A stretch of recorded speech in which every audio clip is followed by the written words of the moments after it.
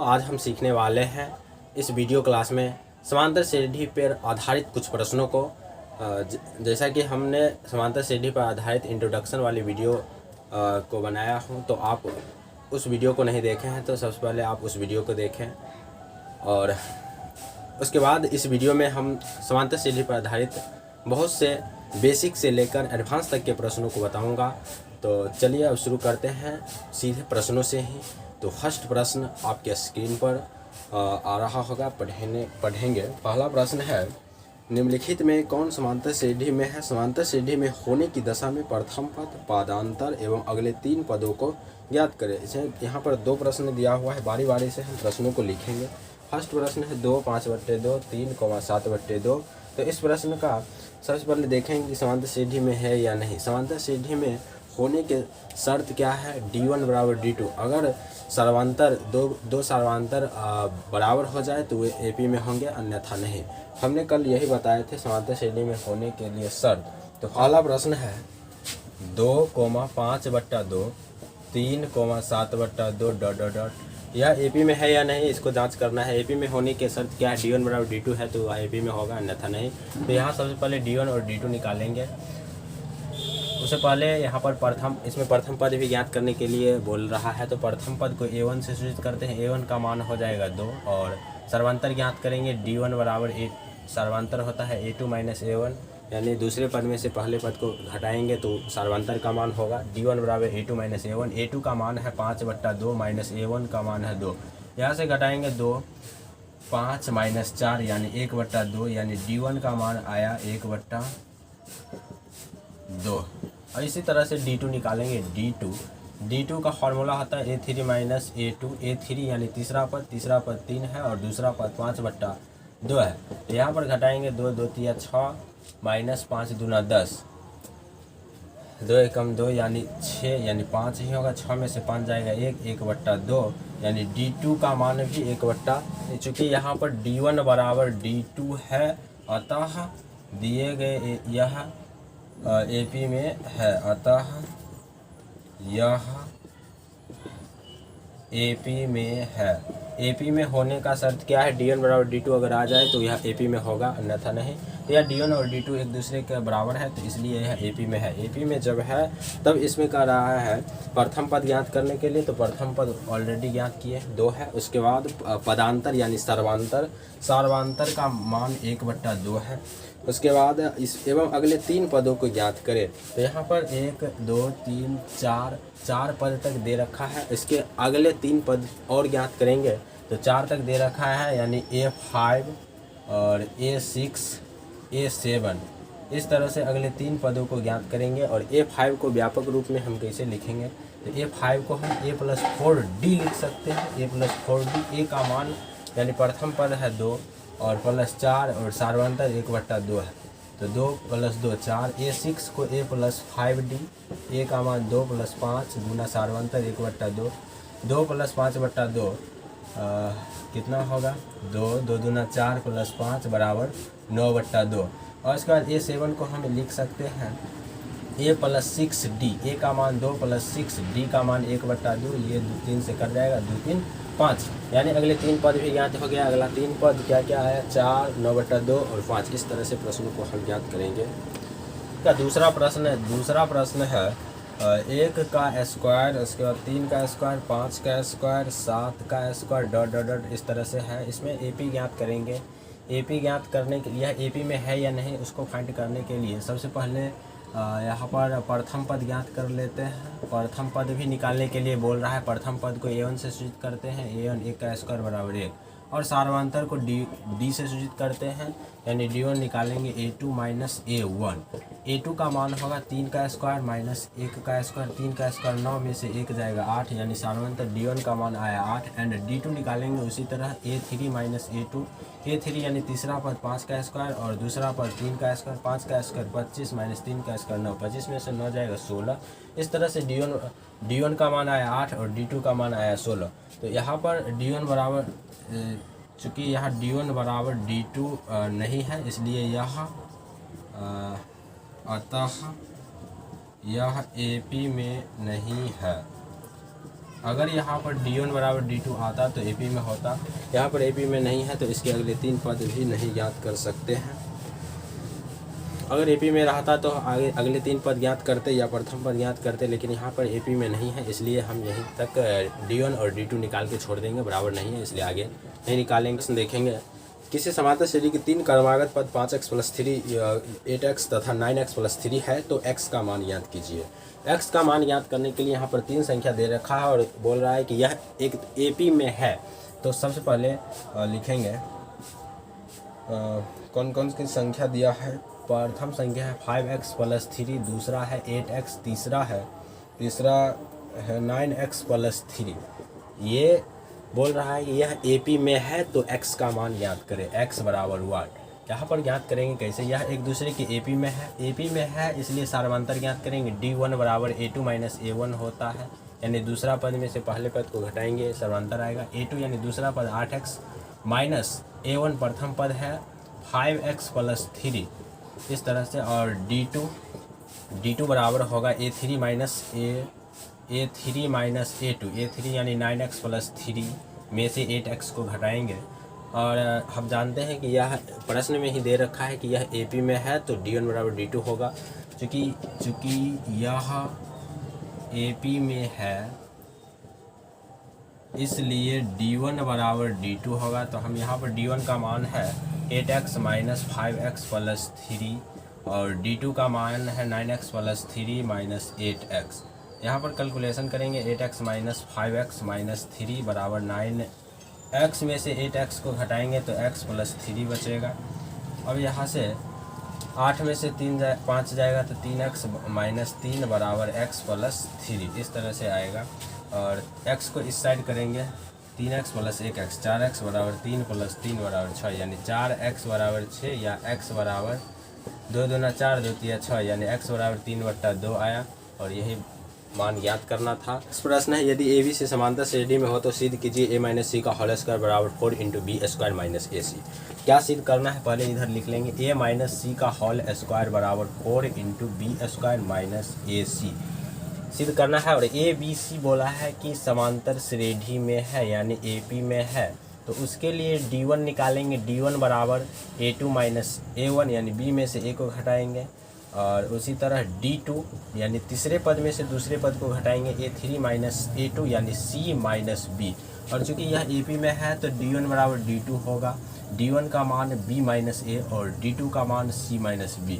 और B - B है इधर ले आएंगे +B और C + A होगा। 2B बराबर A + C होगा।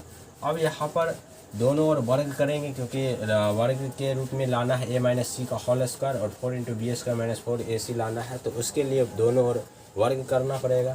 स्क्वायरिंग इन बोथ साइड, दोनों ओर वर्ग करने पर वर्ग करेंगे तो 2B का होल स्क्वायर बराबर A + C का होल स्क्वायर। यहाँ पर A + C का होल स्क्वायर A + B के होल स्क्वायर पर है। A + B का whole square A² + B² + 2AB ये भी होता है। और एक होता है A - B का होल स्क्वायर + 4AB। तो यहाँ पर 4AB के टर्म में लाना है इसलिए हम यहाँ पर A - B का होल स्क्वायर + 4AB इस फार्मूला का यूज करेंगे। 2B का स्क्वायर 4B² बराबर A + C का होल स्क्वायर को हम A - C का होल स्क्वायर + 4AC इस तरह से लिख सकते हैं। अब इस टर्म को उठा के इधर करेंगे और इस टर्म को उठा के इधर करेंगे तो क्या होगा A - C का होल स्क्वायर बराबर 4AC + 4AC। अब बराबर में 4B² को इधर ले जाएंगे 4B²। अब यहाँ से A - C का होल स्क्वायर बराबर 4B² + 4AC को इधर ले आएंगे -4AC। अब 4 दोनों में है इसलिए ये कॉमन आ जाएगा B² - AC यही सिद्ध करना था। प्रूव्ड। A - C का होल स्क्वायर बराबर 4 × B² - AC इस तरह से प्रश्न को हल करेंगे। नेक्स्ट प्रश्न, यदि किसी श्रेणी का आठवां पद TR बराबर 3R + 7 है तो दिखाइए कि यह श्रेणी समांतर श्रेणी में है और इसका 11वां पद ज्ञात करें।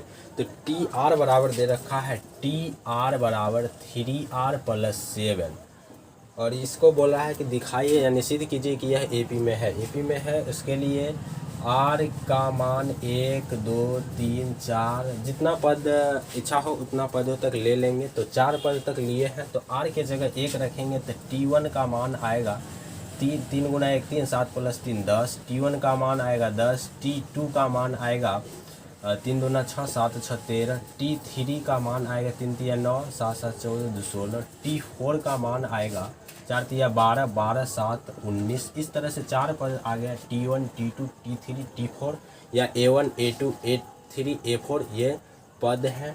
तो आया है AP क्या 10 13 16 19 और अभी आ सकते हैं। तो 10 13 16 19 ये एक AP में आ रहा है। तो इसको अब दिखाना है कि यह AP में है या नहीं। AP में होने के लिए क्या शर्त है, D1 बराबर D2 अगर रहे तो वह AP में होगा। तो यहाँ पर D1 निकालेंगे। D1 का फॉर्मूला दूसरे पद में से पहले पद को घटाना, यानी 13 में से 10 जाएगा 3 होगा। एंड D2 निकालेंगे, तीसरे पद में से दूसरे पद को घटाएंगे, 16 में से 13 जाएगा 3। चूँकि यहाँ D1 बराबर D2 है अतः यह AP में है। D1 बराबर D2 है, इससे सिद्ध हो जाता है कि यह AP में है। अगर यह AP में है तो इसका 11वां पद ज्ञात करें। 11वां पद ज्ञात करने के लिए हम A11 लिख सकते हैं। A11 बोल रहा है फाइंड करें। तो A11 को व्यापक रूप में हम A + 10D लिख सकते हैं। A + 10D, A का मान यानी प्रथम पद 10 है प्लस 10 और D सार्वांतर 3 है। तो यहाँ से 10 + 10 या 30 बराबर 40 जो हमारा 11वां पद होगा। ये फाइंड करना था। नेक्स्ट प्रश्न है श्रेणी 3 8 13 18 23 डॉट डॉट का 15वां पद ज्ञात करें। तो 15वां पद ज्ञात करने के लिए एक श्रेणी दे रखा है, यानी AP 3 8 13 उसके बाद 23 डॉट डॉट डॉट का 15वां पद ज्ञात करें। A15 बराबर 8 इस तरह से दे रखा है। तो 15वां पद ज्ञात करने के लिए सबसे पहले इस AP में प्रथम पद को ज्ञात करेंगे। प्रथम पद 3 हो जाएगा और सार्वांतर होगा, दूसरे पद में से पहले पद को घटाएंगे, 8 में से 3 जाएगा 5 होगा सार्वांतर का मान। और यहाँ पर 15वां पद ज्ञात करना है तो A15 को हम A + 14D लिख सकते हैं, यानी प्रथम पद 3 + 14 D का मान होगा 5। 3 + 14 5 70, 70 + 3 बराबर 73 जो हमारा 15वां पद होगा। तो यही 15वां पद ज्ञात करना था। इस समांतर श्रेणी के प्रथम पद 9 सार्वांतर 5 और अंतिम पद 209 हो तो समांतर श्रेणी के पदों की संख्या ज्ञात करें। तो प्रथम पद को A से सूचित करते हैं, सार्वांतर को D से और अंतिम पद AN होता है। तो यहाँ पर जो पहले गिवन है उसको लिखेंगे। प्रथम पद A बराबर 9 है, उसके बाद सार्वांतर D बराबर 5 है और अंतिम पद AN होता है। AN का मान 209 है। तो समांतर श्रेणी में पदों की संख्या यानी N का मान ज्ञात करना है। N बराबर 8। तो N ज्ञात करने के लिए फॉर्मूला जानते हैं AP का, जो पिछले वीडियो में हमने बताया था। AN बराबर A + N - 1 × D ये होता है। तो यहाँ पर AN यानी अंतिम पद AN के जगह 209 देंगे। A यानी प्रथम पद 9 + N तो ज्ञात करना ही है। D का मान 5 होगा, 9 को इधर ले आएंगे 200 होगा। 200 बराबर 5 × N - 1 होगा। ये 5 से ये 5 40 बार में कटेगा, यानी N - 1 बराबर 40 या N बराबर 41। वही पदों की संख्या ज्ञात करना था। N बराबर 41 आया, यही हमारा अभिष्ट पदों की संख्या होगा। समांतर श्रेणी, किसी समांतर श्रेणी का सार्वांतर 4 है और 11वां पद 12 है तो प्रथम पद यानी A ज्ञात करें। तो पहले गिवन है सार्वांतर इसका D बराबर 4 दे रखा है। उसके बाद सार्वांतर 4 है और 11वां पद 12 दे रखा है। A11 का मान 12 है तो प्रथम पद A बराबर 8। A का मान नहीं पता है तो सबसे पहले A11 बराबर 12 दे रखा है। A11 को हम A + 10D कह सकते हैं। A + 10D बराबर 12, इसको हम समीकरण फर्स्ट बना लेंगे। और A + 10D का मान दे रखा है 4 बराबर 12। तो A बराबर 12 - 10 × 40 इधर ले आएंगे, -40 होगा। A बराबर 40 में से 12 जाएगा -28, यानी प्रथम पद का मान आया कितना, -28। यही स्क्रीन पर समांतर श्रेणी 12, 15, 18 और 21 डॉट डॉट 132 का अंत से 21वां पद ज्ञात करें। 21वां पद अंतिम से कर रहा है, इस बात को ध्यान से देखेंगे। दिया गया एपी है, AP 12, 15, 18, 21 dot dot dot dot 132 का अंत से 21वां पद ए 21 बराबर हुआ। इसको ज्ञात करना है अंतिम से। तो अंतिम से ज्ञात करने के लिए अगर अंत से नहीं बोलता तो ए बराबर 12 होता, लेकिन अंतिम से कर रहा है तो अंतिम से प्रथम पद हो जाएगा ये 132 और सार्वांतर अगर अंत से नहीं बोलता तो a2 माइनस a1 करते, यानी 15 में से 12 घटा लेते 3 आ जाता, लेकिन अंत से बोल रहा है इसलिए -3 लिखेंगे। सार्वांतर का मान -3 हो गया। अब यहाँ से a 21 ज्ञात करना है। a 21 को हम a + 20d कह सकते हैं। a + 20d, a का मान 132 + 20 गुना d का मान -3। 132 - 60, 132 में से 60 जाएगा 2, 7 6 13, यानी a 21 का मान आया 72, यानी अंत से 21वां पद 72 हो जाएगा। यही क्वेश्चन था। उम्मीद करता हूँ कि यहाँ तक की वीडियो आप लोगों को पसंद आया होगा, और यह वीडियो पसंद आए तो लाइक करना ना भूलें और शेयर ज़रूर करें, और चैनल पर नया है तो इस चैनल को सब्सक्राइब करके बेल आइकन ज़रूर प्रेस करें, ताकि मेरा नई अपडेट वीडियो आपका नोटिफिकेशन आप तक सबसे पहले पहुँचे। Thank you. मिलते हैं अगले वीडियोज़ में, तब तक के लिए गुड बाय।